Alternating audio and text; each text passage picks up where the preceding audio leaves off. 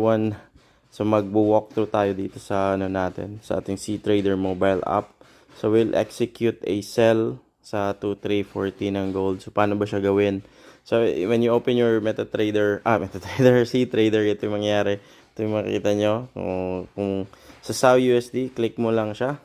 And then you click ito yung button na to para lumaki yung chart.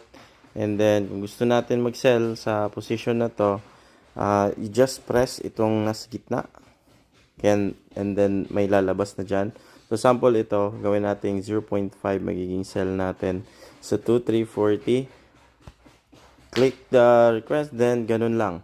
So ganun lang siya kadali na pag Paano naman i-adjust yung stop loss and TP? So i-click mo yung position na yan and stop loss.